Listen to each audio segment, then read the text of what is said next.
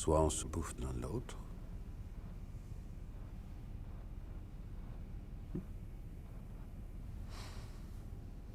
soit on bouffe tous les autres.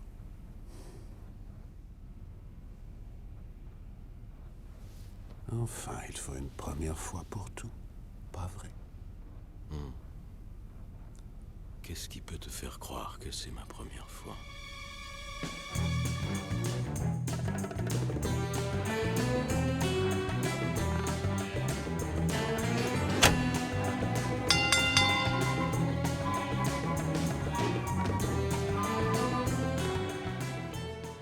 Depuis le tout premier épisode de la saga, tous les films James Bond comptent un générique de début très graphique, appuyé par une chanson ou parfois juste une musique. Quelques motifs récurrents se détachent. On distingue rarement les visages des personnes présentes à l'écran, il s'agit surtout de silhouettes, souvent celles de femmes dénudées.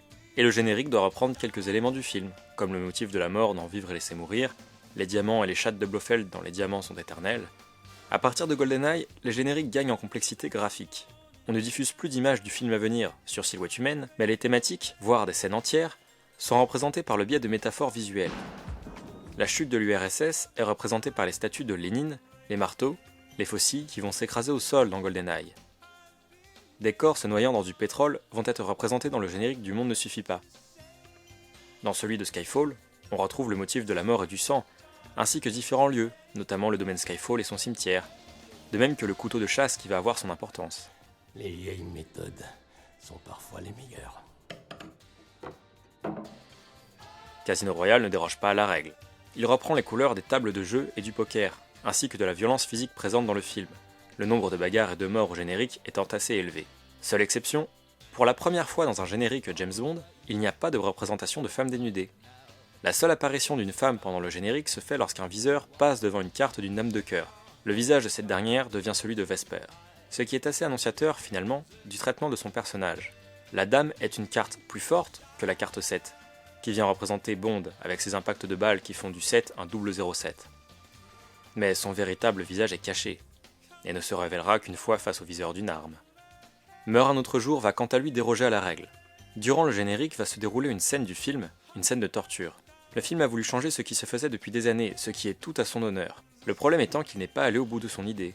Outre le fait que les scènes de torture sont finalement très peu présentes, on ne retrouve pas dans le générique de véritables motifs représentatifs des thématiques du film, comme c'était pourtant le cas pour les précédents films de l'ère Brosnan. Le générique nous présente de nombreuses femmes dénudées, certaines sont brûlantes, d'autres sont glacées. On pourrait se dire que c'est pour symboliser une quelconque dualité, mais laquelle? Celle entre l'agent Miranda Frost et Jinx? Je veux bien, mais que viennent faire les femmes électriques alors?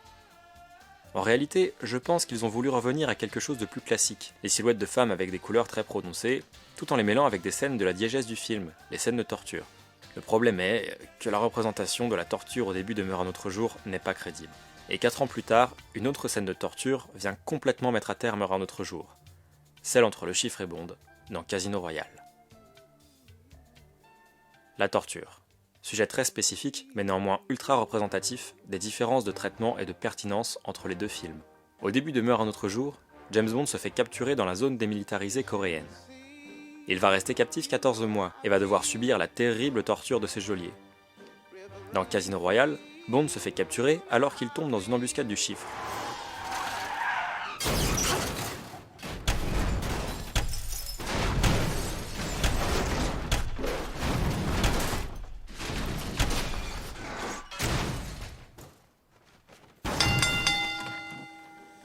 Il va alors se faire torturer durant quelques minutes, avant que le chiffre ne se fasse abattre par un membre de son organisation. On pourrait se dire, petit joueur, quelques minutes de torture contre plus d'1 an dans Meurt un autre jour. Oui, mais voilà. Pourquoi sort-on transpirant et essoufflé de la scène de torture de Casino Royale, et juste dans l'expectative de celle de Meurt un autre jour? Faites-moi grâce de vos métaphores. La scène de torture de Meurt un autre jour n'en est pas vraiment une. Elle est montée en rythme avec la chanson de Madonna, Die Another Day, et fait office de générique au film, de clip pop. Et séquence de générique cliché de James Bond oblige, le générique doit représenter des femmes superbes en tenue moulante sexy.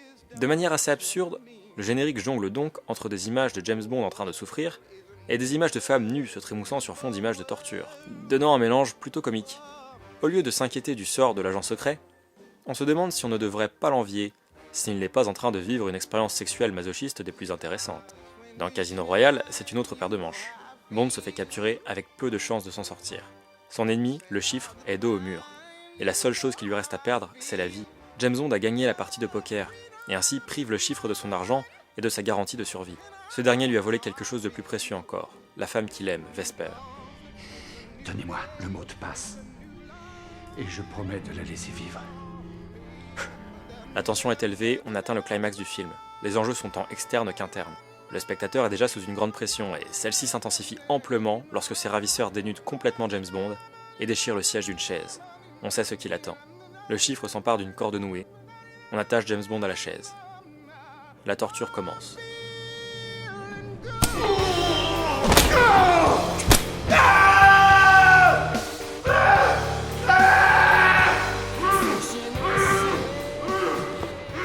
Les deux hommes sont tellement sueurs que l'on peut presque la sentir. Et surtout, on ne voit aucune échappatoire pour Bond. Ce dernier, jusqu'au bout, va se battre contre son adversaire, comme si la partie de poker continuait. Et là où c'est très intéressant, c'est qu'il y a un écho avec ce que j'ai déjà dit sur la scène de torture de Meurt un autre jour.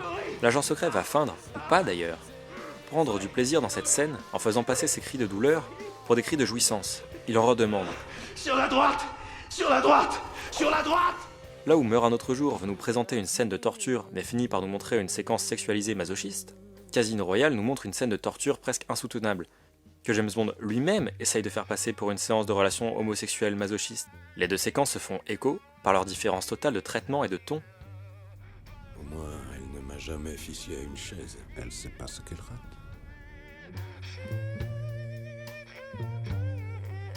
Nous voici presque à la conclusion de la confrontation entre Casino Royale et Meurt un autre jour.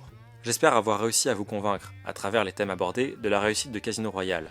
Eh bien, vous avez tort! Tort! Mais sinon, j'espère au moins vous avoir rendu curieux. Faites-vous votre propre avis. Regardez les deux films, comparez-les, essayez de trouver des qualités et des défauts dans chacun des deux. Les paris sont ouverts, ça vous intéresse, Verity? Non, merci. Je n'aime pas les combats de coq. Mais j'espère au moins, avec ma série, que lorsque vous vous poserez la question « Pourquoi ont-ils fait comme ça ?», vous aurez toutes les cartes en main pour pouvoir répondre. Et même s'il est parfois amusant de tirer sur l'ambulance comme je le fais, n'oublions pas que si Casino Royale existe en l'état, c'est parce que 4 ans plus tôt, il y a eu Meurt un autre jour. Il ne nous reste plus qu'à dresser un bilan global de la série, avant de pouvoir totalement conclure. Rendez-vous donc au prochain épisode.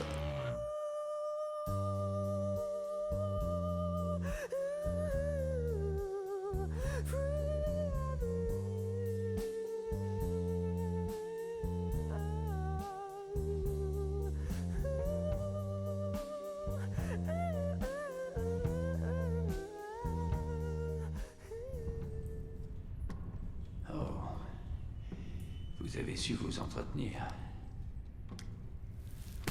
Qu'est-ce qui peut te faire croire que c'est ma première fois? Oh, Monsieur Bond.